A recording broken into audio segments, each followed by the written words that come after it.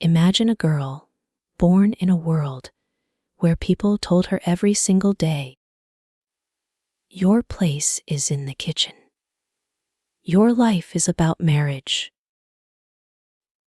Your worth is measured only by the man you marry." But what happens when that girl decides she will not live inside those walls? This is the story of the farmer's daughter. Amina was born in a small village surrounded by endless golden wheat fields. Her father was a hardworking farmer, a man whose hands were rough and calloused, who smelled of soil and sweat, and who never once complained. Her mother had died young, so from childhood, Amina worked alongside her father. She carried water from the well, fed the animals, and tied bundles of wheat under the blazing sun. But unlike the other girls in the village, she loved the land. When others hid from the sun, Amina spread her arms wide and laughed at the warmth. When others feared the dirt, Amina plunged her hands deep into the soil, whispering, "This is life." She dreamed of becoming more than just a wife. She wanted to grow, to build, to transform the barren earth into something beautiful. But dreams were dangerous for girls. By the time Amina turned 16, the whispers began. At the well, women shook their heads. "Poor girl, she spends all day in the fields. Who will marry her?" Men at the tea stall laughed. A farmer's daughter should know her limits.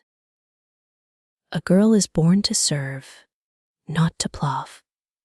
Even relatives scolded her father. "You are letting her ruin her future.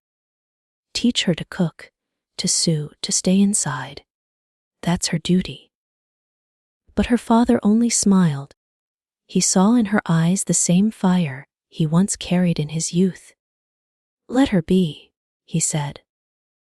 "One day, they will see." Yet, even with his support, the voices hurt.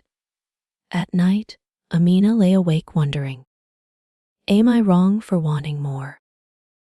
Is there shame in being strong? Still, she refused to stop.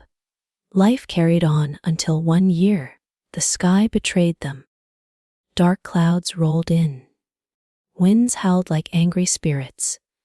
For 3 days, heavy rains battered the land. When the storm finally passed, half their crops were gone. Wheat lay flat in muddy water, animals were dead, and debts loomed over the family. As if fate had not done enough, Amina's father fell gravely ill. His cough worsened each day until he could no longer stand in the fields. Neighbors pitied them, but their pity came with cruelty. "The farm is finished," they said. "Without the father, the daughter cannot handle it alone." Some even advised her father, "Sell the land. Save your daughter from shame. No girl can carry a farm on her shoulders." But Amina's blood boiled. She clenched her fists and declared, "If my father cannot work the land, then I will. This farm is not dead. It is mine to save." The villagers laughed, but she was not joking. At sunrise the next day, while the village still slept, Amina tied her hair back, picked up her father's tools, and walked into the broken fields. Her hands blistered. Her back ached. The sun burned her skin raw. But she worked, day after day. When she lacked strength, she remembered her father's words, "The earth always gives back what you put in." Oh, she studied seeds. She observed how water flowed through the soil. She listened to traveling traders who spoke of new irrigation methods. She even crafted wooden tools when the old ones broke. Slowly, painfully, her fields began to heal. Months later, when harvest came, something extraordinary happened. While other farmers complained of low yield, Amina's fields were green and full. She had grown more crops than any man in the village. The same villagers who once mocked her now whispered in awe. She did it. The farmer's daughter saved the land. But still, not everyone celebrated. Some men scoffed. It's luck. Next year, she will fail. Others said, even if she grows food, what does it matter? She is still just a woman. But Amina did not care anymore. She had tasted victory. And once a woman tastes victory, no force can chain her back. One evening, as Amina sold grain at the market, a widow approached her. The woman's voice trembled. My husband is gone. They say I cannot farm alone. Will you teach me? Amina looked at her, saw the same fear she once carried, and nodded. Yes, come tomorrow. The next week another woman came. Then another. Young girls, widows, wives abandoned by husbands. They all came. Soon, Amina was no longer farming alone. She was leading a group of women. They worked together, shared knowledge, and grew stronger with each harvest. For the first time, women had a voice in the market. They sold vegetables, fruits, and grain. They earned money for their families, and with that money came dignity. But power always threatens the powerful. One day, the village council, led only by men, called Amina forward. You are disrupting order, they said. Woman should not lead. Return to your home. Amina stood tall, her hands still stained with soil, and replied, This land does not care if I am man or woman. The crops do not ask my gender.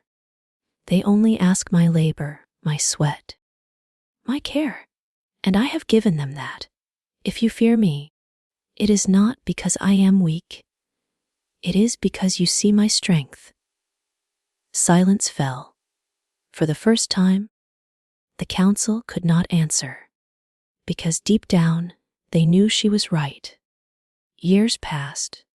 Her father, though frail, lived to see the village transformed.